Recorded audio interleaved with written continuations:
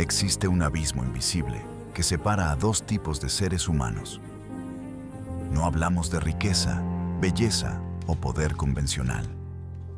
Hablamos de algo infinitamente más fundamental: la profundidad con la que perciben la realidad. Mientras la mayoría navega por la vida como sonámbulos, repitiendo patrones, consumiendo entretenimiento superficial y persiguiendo placeres efímeros, existe una minoría silenciosa. Aquellos que piensan profundamente, aquellos que cuestionan todo, aquellos que soportan el peso insoportable de la conciencia plena. ¿Alguna vez te has sentido como un extraño en tu propia cultura? Como si vieras a través de una ilusión que todos los demás aceptan sin cuestionar. Si es así, este video no es casualidad. Ha sido llamado aquí. Carl Jung, el padre de la psicología profunda, dedicó su vida a comprender un fenómeno que aterrorizaba y fascinaba en igual medida: la naturaleza del inconsciente colectivo y aquellos individuos raros, capaces de adentrarse en sus profundidades sin perderse en la locura. Jung entendía que el pensamiento profundo no es un regalo, es una maldición disfrazada de bendición.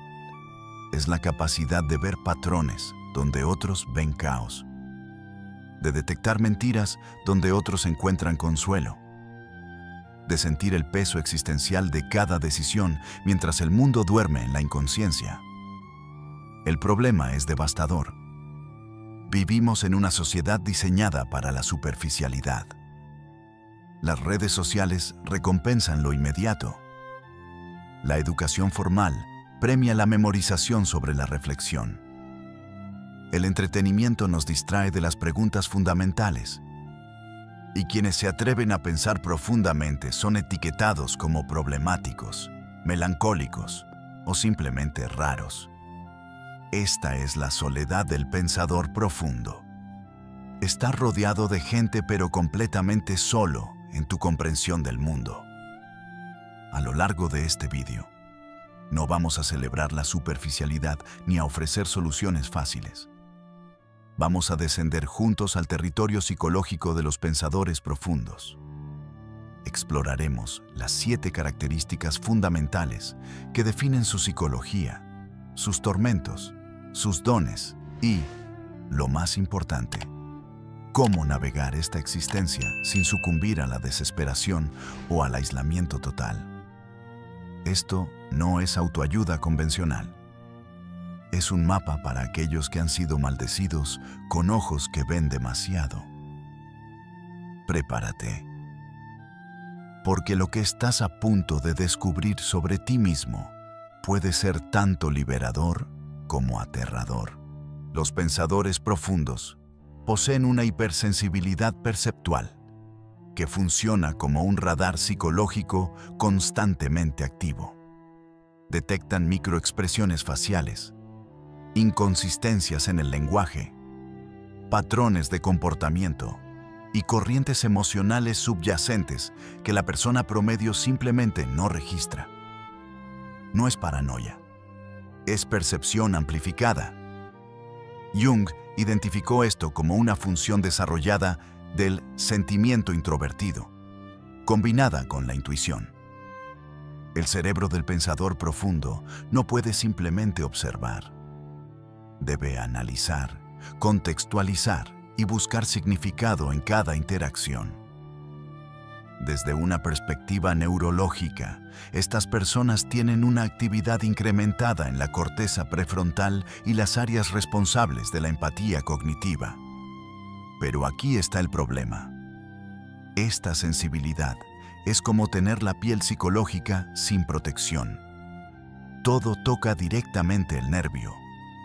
La evolución favoreció esta característica en pequeñas dosis. Las tribus necesitaban individuos capaces de detectar peligros sutiles, leer las intenciones de extraños y anticipar problemas. Pero en la sociedad moderna, sobresaturada de estímulos, esta habilidad se convierte en una sobrecarga constante. Dinamarca, siglo XIX. Un joven brillante llamado Søren Kierkegaard asiste a reuniones sociales en Copenhague. Mientras otros conversan sobre trivialidades, Kierkegaard observa algo que nadie más ve: la desesperación colectiva disfrazada de normalidad. Ve a hombres de negocios exitosos cuyas sonrisas no alcanzan sus ojos.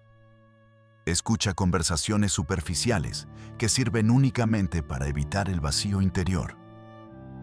Detecta en cada interacción social un teatro elaborado donde todos representan personajes que no son. Esta percepción lo lleva a escribir. La mayoría de los hombres viven en relación con su propio yo como si fueran eternos ausentes. El yo real nunca está en casa. La hipersensibilidad de Kierkegaard lo convirtió en el padre del existencialismo, pero también lo condenó a una vida de aislamiento. Rompió su compromiso matrimonial porque percibía capas de incompatibilidad que su prometida ni siquiera imaginaba existían. Murió a los 42 años, exhausto por el peso de ver demasiado. En el mundo moderno, esta hipersensibilidad se manifiesta de formas específicas. El pensador profundo entra a una reunión corporativa y detecta inmediatamente las alianzas ocultas, las tensiones no verbalizadas y las agendas secretas. Mientras otros aceptan el discurso oficial, él ve la narrativa detrás de la narrativa. En las relaciones personales, esta característica puede ser devastadora. Detectas cuando alguien miente, no por evidencia concreta, sino por una disonancia entre sus palabras y su energía. Percibes cuando una amistad es genuina o transaccional. Sientes cuando alguien te está usando emocionalmente antes de que ellos mismos sean conscientes de ello. Las redes sociales son especialmente tóxicas para esta sensibilidad. Cada publicación se convierte en un rompecabezas psicológico. ¿Por qué necesita validación pública? ¿Qué inseguridad está compensando? ¿Qué máscara está proyectando? Primera herramienta: desarrolla un interruptor perceptual. No puedes apagar esta sensibilidad, pero puedes aprender a modularla. Practica la presencia consciente sin análisis en situaciones de bajo riesgo. Estar en un parque, observar sin juzgar, percibir sin interpretar. Esto te dará descanso mental. Segunda herramienta: establece zonas de superficialidad intencional. Acepta que no todas las interacciones requieren profundidad. Aprende a participar en conversaciones triviales sin desprecio interno. Esto no es hipocresía, es supervivencia social estratégica. El pensador profundo está biológicamente incapaz de aceptar respuestas superficiales. Cada experiencia, conversación o evento debe ser procesado a través de múltiples capas de significado. No es suficiente saber qué pasó. Debe entender por qué pasó, qué implica y cómo se conecta con patrones más amplios. Esta es la compulsión por el significado, una necesidad psicológica de encontrar coherencia en el caos. Viktor Frankl, sobreviviente de Auschwitz y fundador de la logoterapia, descubrió algo extraordinario en los campos de concentración. Aquellos que sobrevivían no eran necesariamente los más fuertes físicamente, sino aquellos capaces de encontrar o crear significado incluso en el sufrimiento absoluto. Frankl escribió: el hombre no busca principalmente el placer o evitar el dolor, sino encontrar sentido a su vida. Para el pensador profundo, esta búsqueda es tanto un superpoder como una prisión. El cerebro está constantemente buscando patrones, conexiones y propósitos. Pero en un mundo posmoderno fragmentado, donde las narrativas tradicionales han colapsado y el relativismo reina, esta búsqueda se convierte en una tortura sofisticada. ¿Qué significa una carrera exitosa si eventualmente todo será olvidado? ¿Qué valor tienen las relaciones personales en un universo indiferente? ¿Por qué esforzarse por algo si la muerte espera al final? Estas preguntas no son depresión clínica. Son la consecuencia lógica de pensar con claridad. Alemania, finales del siglo XIX. Un filólogo brillante llamado Friedrich Nietzsche tiene una revelación que cambiará el curso del pensamiento occidental. Dios ha muerto y nosotros lo hemos matado. Pero Nietzsche no estaba celebrando. Estaba aterrorizado. Entendía que la muerte de Dios representaba el colapso de todos los sistemas de significado tradicionales. Sin una autoridad trascendente, ¿cómo determinar qué es bueno o malo? ¿Qué da valor a la vida?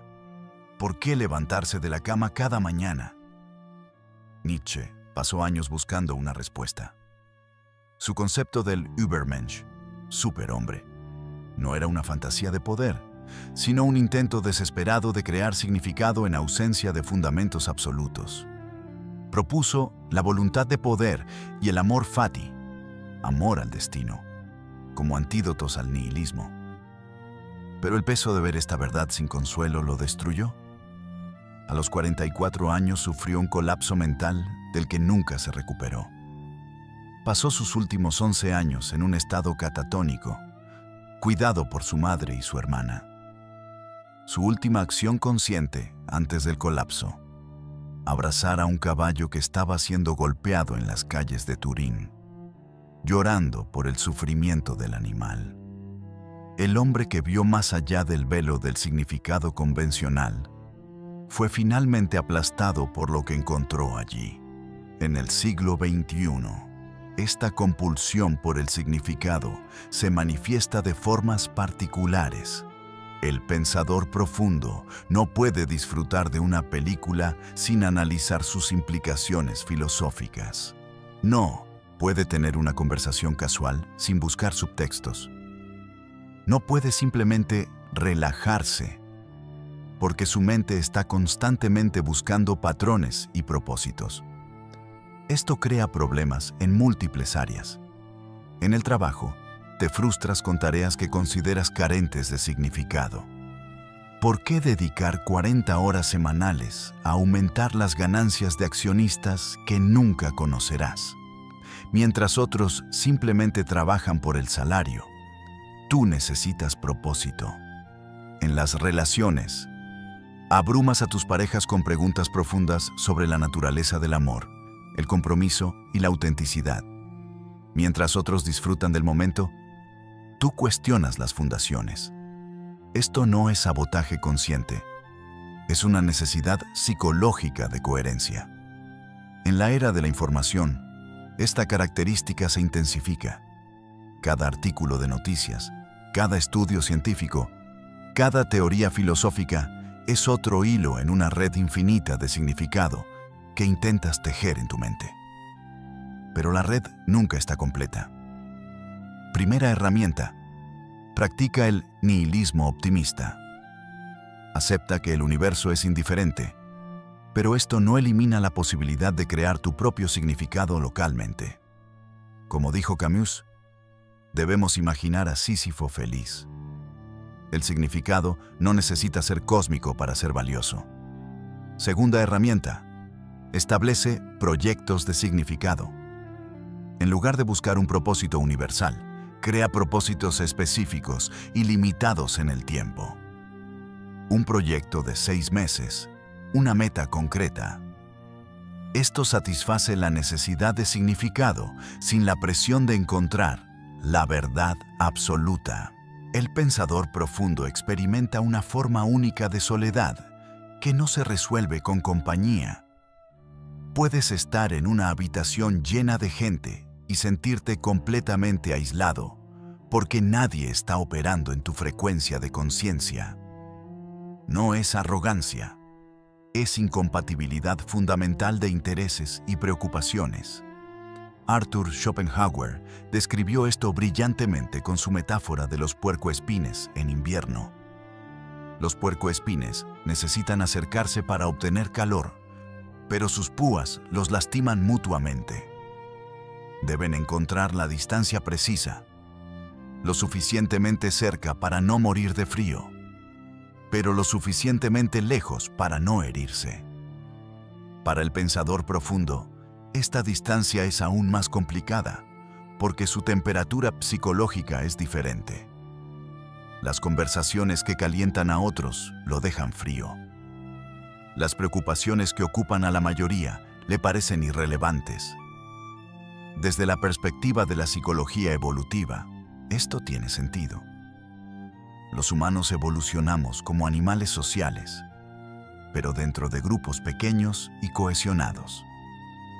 La tribu necesitaba algunos individuos que pensaran diferente, que cuestionaran, que previnieran el pensamiento grupal. Pero estos individuos siempre fueron marginales, consultados en crisis, tolerados en paz, pero nunca completamente integrados. Massachusetts, siglo XIX. Emily Dickinson, posiblemente la poeta más brillante de América, toma una decisión radical a los 30 años. Se retira del mundo social casi por completo. No fue por trauma ni por enfermedad mental, como algunos biógrafos sugieren. Fue una decisión consciente basada en una comprensión profunda. La sociedad de su tiempo operaba en un nivel de superficialidad que era físicamente doloroso para ella.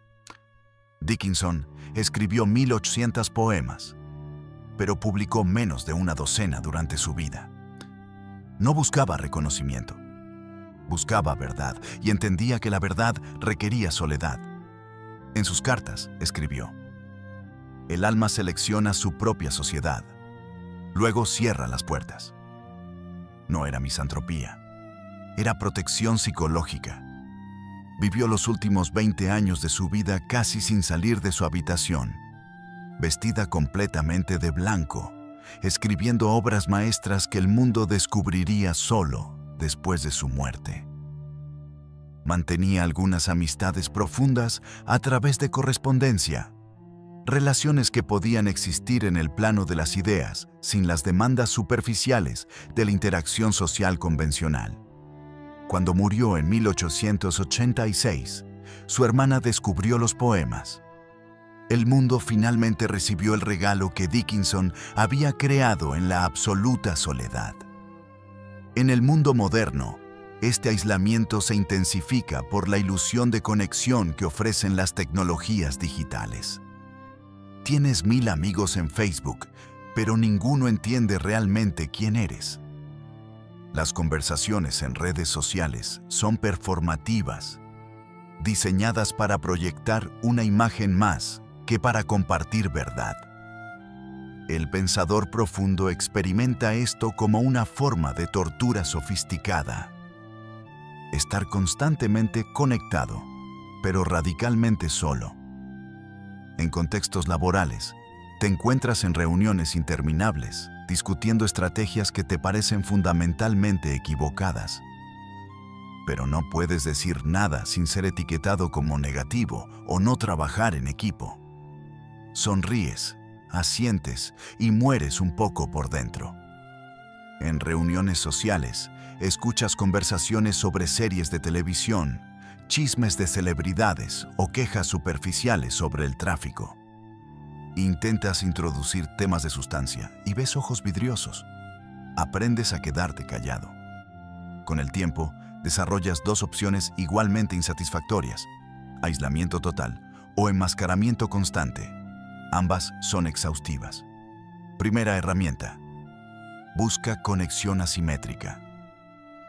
No necesitas que todos te entiendan. Necesitas encontrar 2 o 3 personas en tu vida que operen en tu frecuencia. Calidad sobre cantidad. Un solo amigo que pueda discutir filosofía durante horas vale más que 100 conocidos superficiales. Segunda herramienta: cultiva la soledad productiva.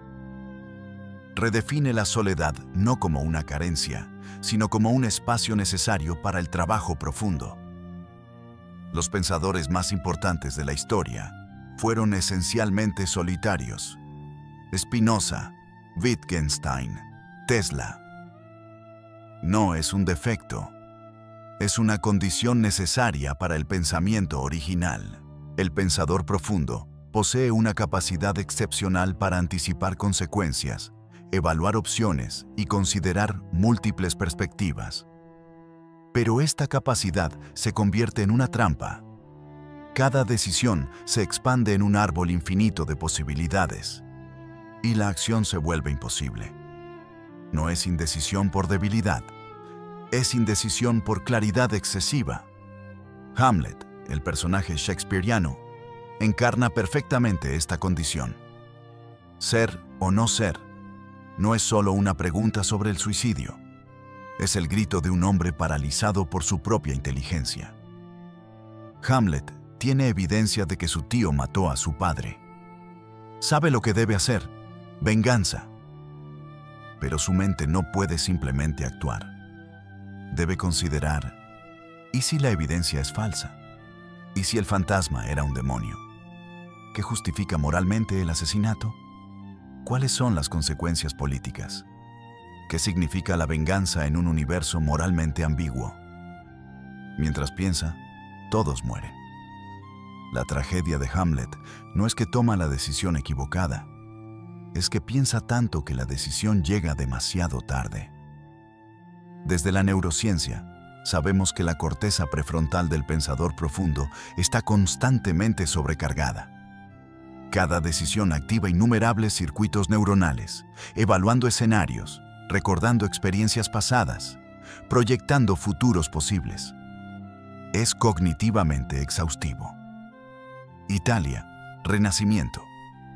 Leonardo da Vinci es posiblemente el genio más completo de la historia humana.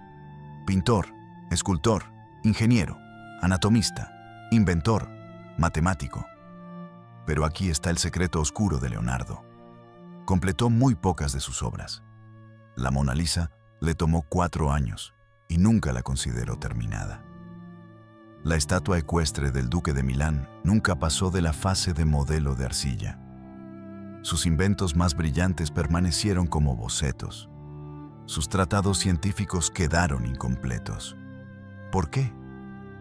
Porque Leonardo veía demasiadas posibilidades, demasiadas perfecciones potenciales. Cada proyecto se expandía en su mente hacia la infinitud.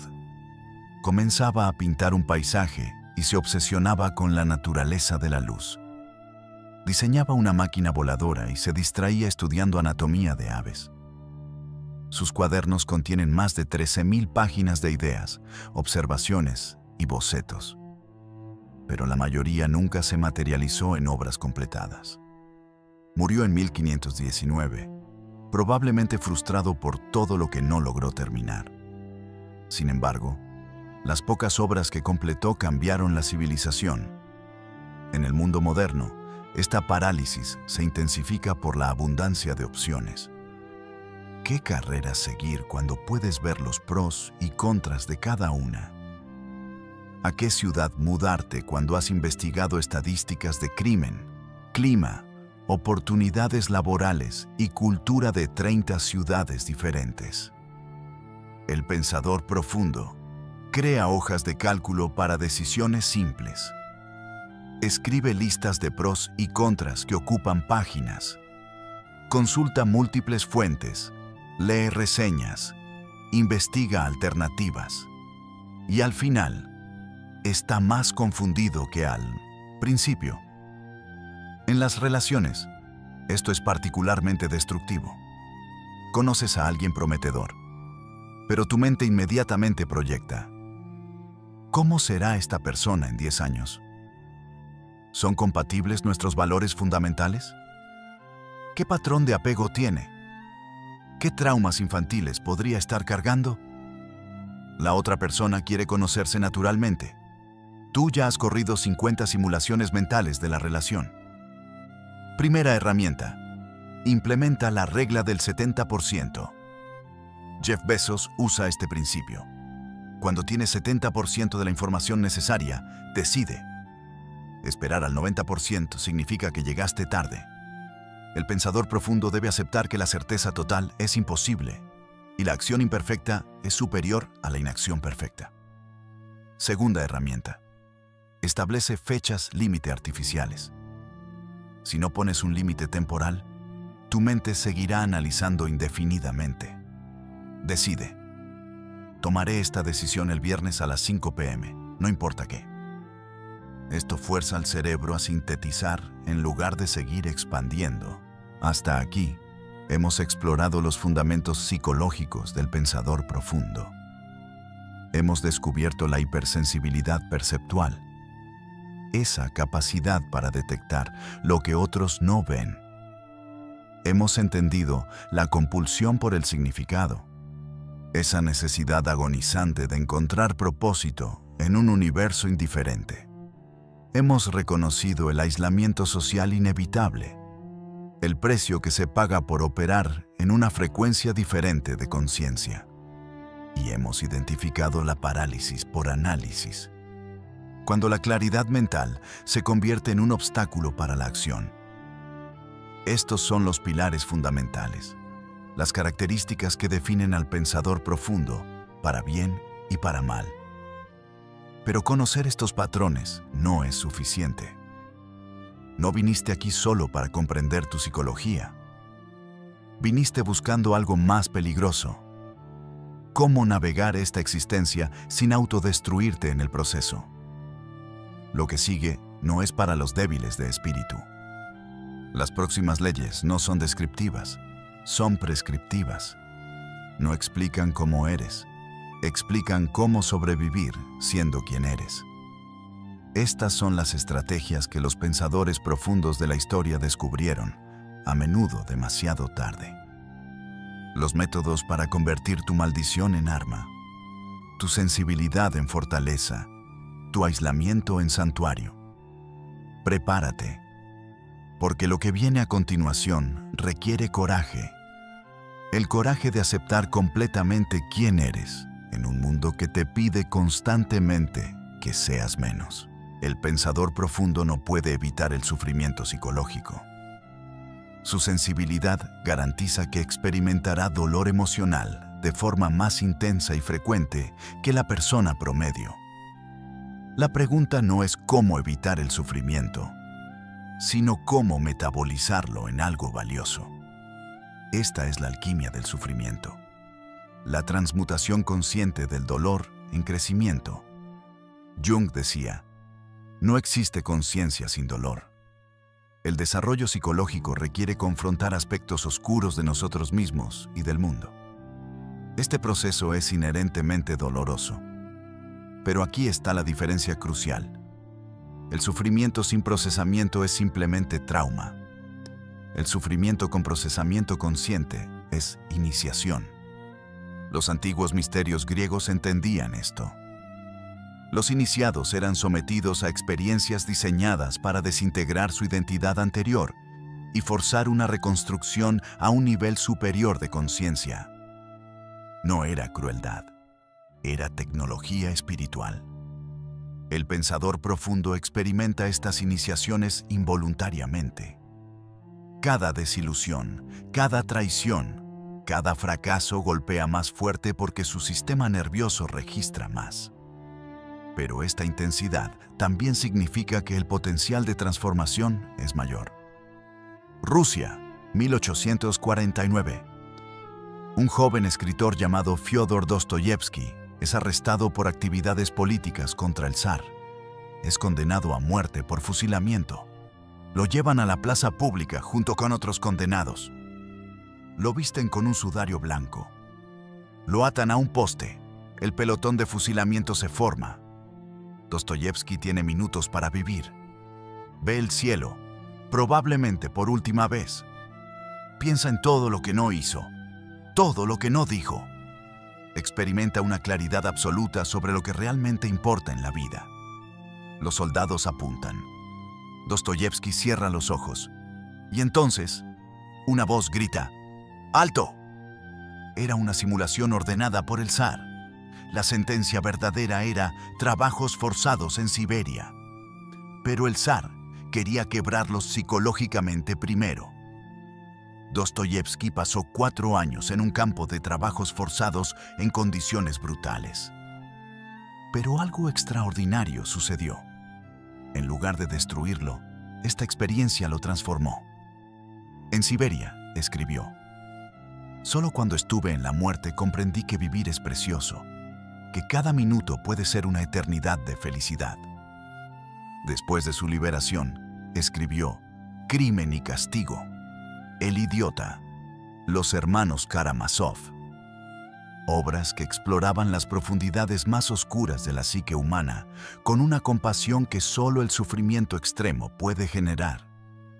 No glorificó el sufrimiento, pero lo alquimizó. Lo convirtió en arte que todavía transforma vidas 150 años después. En el mundo moderno, el pensador profundo enfrenta un tipo diferente de sufrimiento. No campos de trabajos forzados, sino la muerte lenta de la conformidad. La agonía de trabajo sin sentido. La soledad en medio de la multitud digital. La desesperación existencial de vivir en una cultura que valora el entretenimiento sobre la verdad. Este sufrimiento es real, aunque no sea físico. Y la tentación es medicarlo, con drogas, alcohol, entretenimiento constante, adicción al trabajo, o la anestesia de la distracción perpetua. Pero la alquimia requiere lo opuesto: sentir completamente el sufrimiento, no para regodearse en él, sino para extraer su enseñanza. Cada traición te enseña sobre la naturaleza humana. Cada fracaso te revela tus ilusiones. Cada desilusión te acerca a la realidad tal como es, no como deseas que sea. Los pensadores profundos que sobreviven sin amargura son aquellos que aprendieron esta alquimia.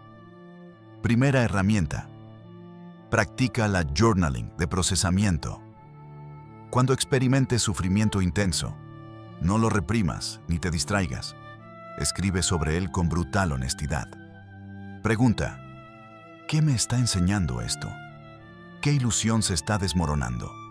¿Quién seré después de esto? Esto transforma el sufrimiento pasivo en aprendizaje activo. Segunda herramienta: crea rituales de integración. Después de experiencias particularmente dolorosas, diseña un acto simbólico que marque tu transformación.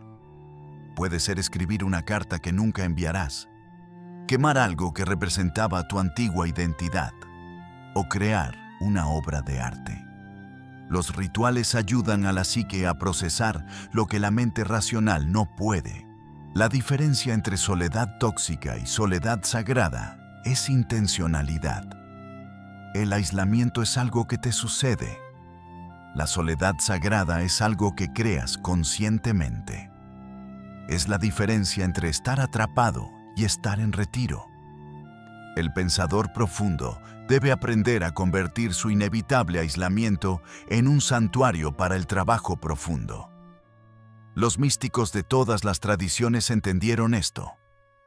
Los monjes del desierto en Egipto, los ermitaños en cuevas del Himalaya, los filósofos en retiros rurales.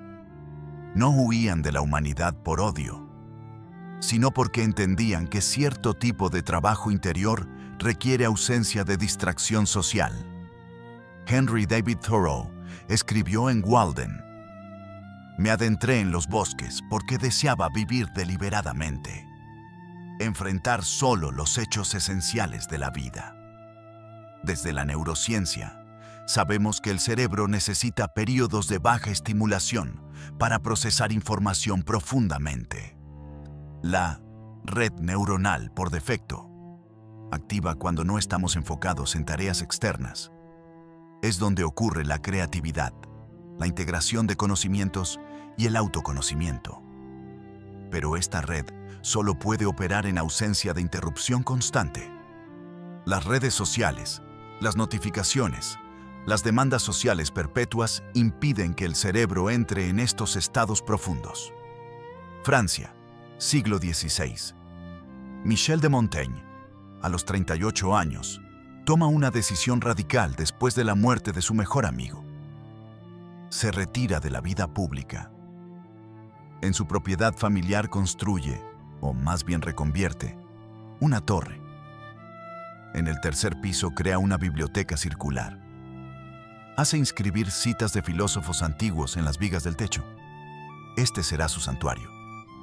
Desde 1571 hasta su muerte en 1592, Montaigne pasa la mayor parte de su tiempo en esta torre, leyendo, pensando y escribiendo.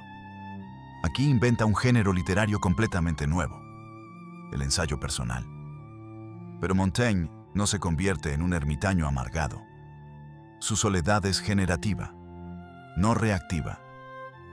Usa el aislamiento para desarrollar una de las mentes más claras del Renacimiento. Explora temas que van desde la amistad hasta la muerte, desde el canibalismo hasta la educación, siempre con honestidad radical. Sus ensayos no son tratados abstractos, son exploraciones íntimas de su propia mente, posibles solo gracias a años de soledad protegida. Escribió: «Nunca estoy menos solo que cuando estoy a solas conmigo mismo». Cuando ocasionalmente recibía visitantes o viajaba, lo hacía desde un centro sólido de autoconocimiento. Su soledad no lo aisló del mundo. Lo preparó para encontrarse con el mundo desde un lugar de autenticidad. En el siglo XXI, crear soledad sagrada es un acto radical de resistencia contra una cultura diseñada para eliminar todo momento de quietud interior. El pensador profundo moderno debe ser arquitecto de su propio santuario. Esto no significa necesariamente un espacio físico elaborado, aunque ayuda. Significa crear límites protectores alrededor de tu tiempo y energía mental. Esto implica decisiones impopulares. No responder mensajes inmediatamente, desactivar notificaciones, rechazar invitaciones sociales sin sentirse culpable, tener días completos sin interacción humana. La cultura interpretará esto como antisocial. Familiares te acusarán de distanciamiento. Amigos pensarán que estás deprimido. Pero esta es la prueba.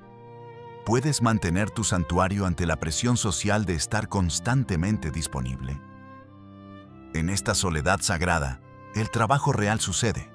Escribes esa novela, desarrollas esa teoría, creas ese proyecto, procesas tus experiencias, te encuentras a ti mismo.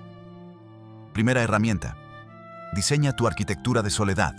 Identifica: 1. Un espacio físico que sea solo tuyo, incluso si es solo un escritorio. 2. Bloques de tiempo no negociables cada semana, marcados en el calendario como sagrados. 3. Rituales que señalen entrada y salida de este espacio. Música específica. Té, vela encendida. Segunda herramienta: comunica tu necesidad de soledad sin disculpas. En lugar de inventar excusas, di con claridad: necesito tiempo regular solo para funcionar óptimamente. No es personal, es cómo estoy constituido. Las personas que te respetan entenderán. Las que no, revelan que su conexión contigo era superficial de todos modos. El pensamiento sin producción es masturbación intelectual.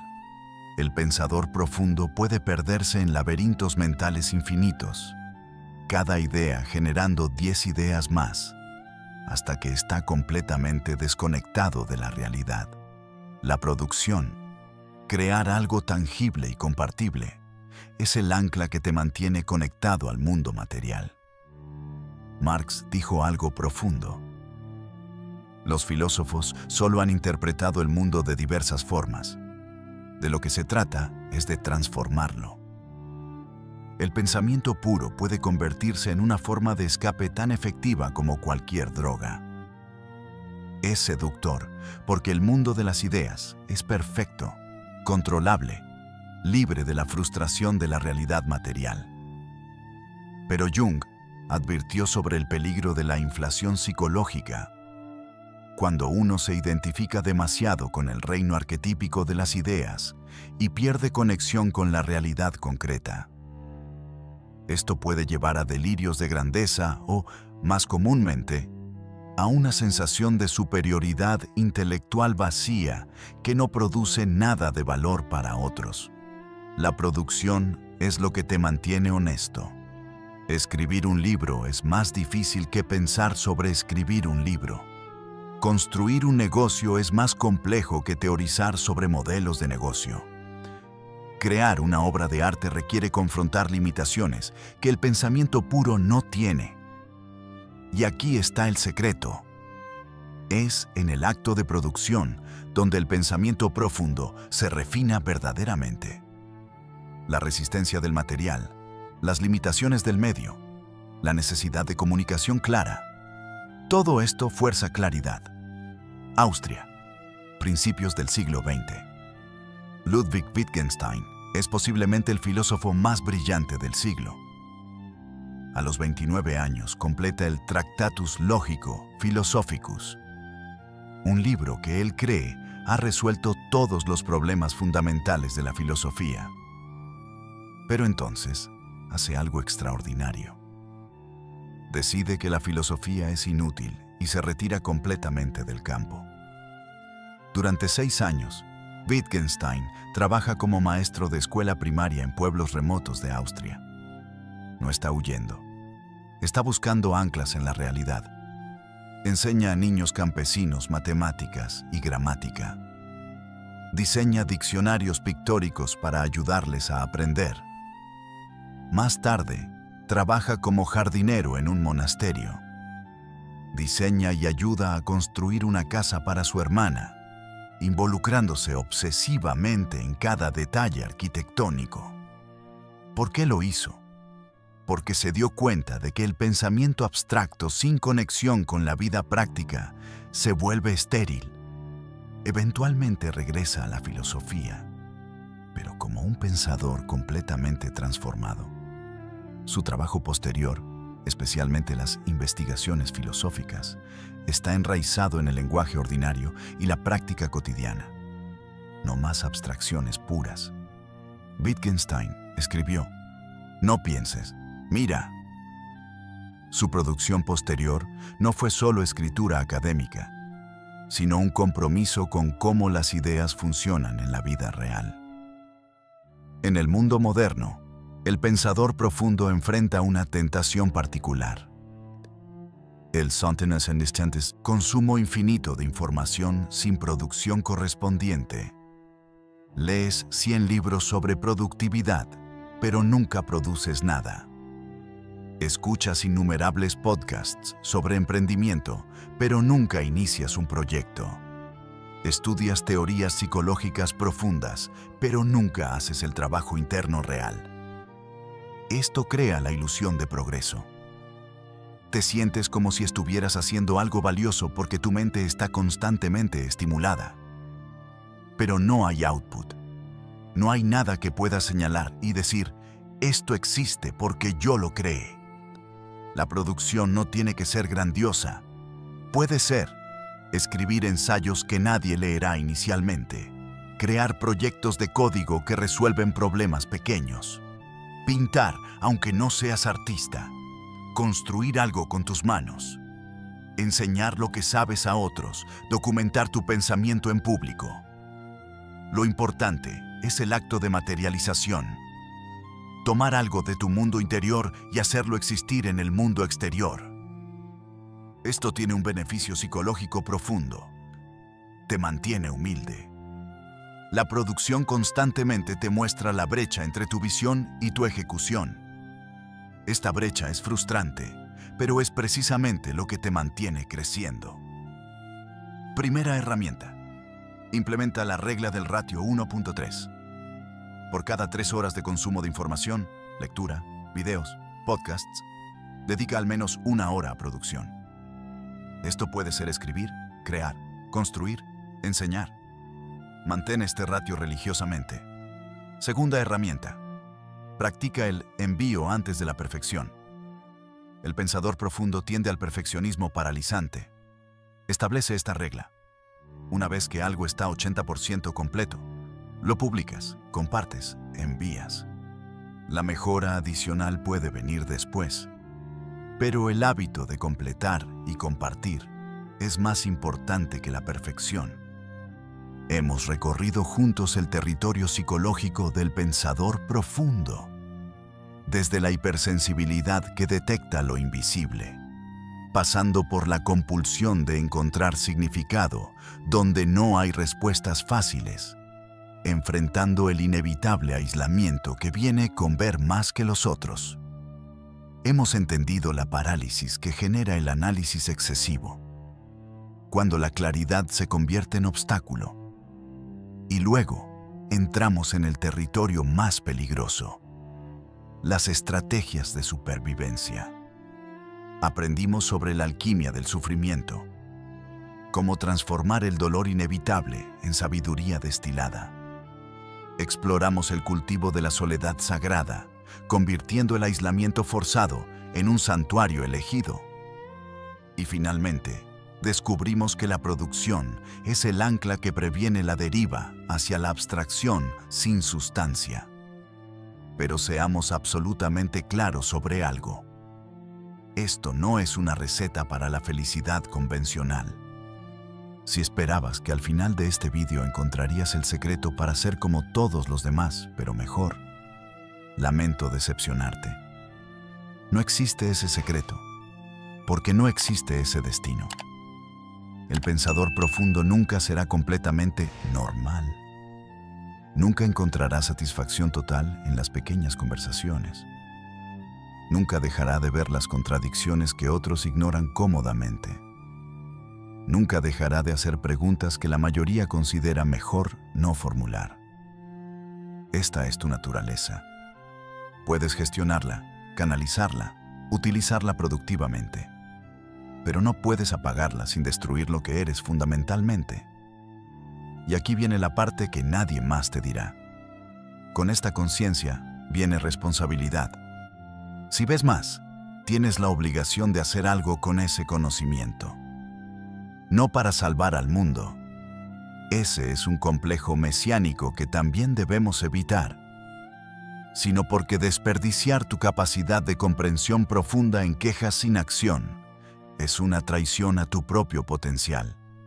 Schopenhauer, Nietzsche, Jung, Kierkegaard, todos los pensadores que mencionamos, no solo pensaron profundamente, produjeron, escribieron, enseñaron, transformaron su comprensión en obras que todavía resuenan siglos después.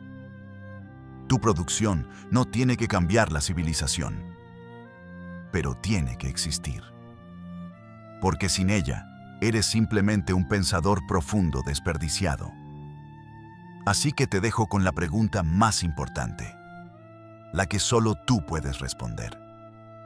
Ahora que entiendes la naturaleza de tu psicología, ahora que has sido nombrado y visto, ¿qué harás con este conocimiento? ¿Seguirás quejándote de que el mundo no te entiende? ¿O construirás tu torre como Montaigne y harás el trabajo que solo tú puedes hacer? ¿Permitirás que la parálisis por análisis te mantenga inmóvil? ¿O aceptarás la acción imperfecta como superior a la contemplación perfecta? ¿Te ahogarás en el sufrimiento? ¿O lo alquimizarás en algo que valga la pena? La respuesta determinará si tu pensamiento profundo es una maldición que te consume o un don que compartes. El mundo no necesita más pensadores que solo piensan.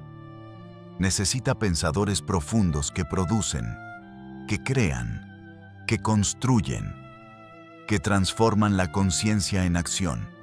Esa es la verdadera psicología del pensador profundo. No solo ver diferente, sino usar esa visión para crear algo que no existiría sin ti. El resto es solo ruido intelectual. Ahora ve y construye tu torre.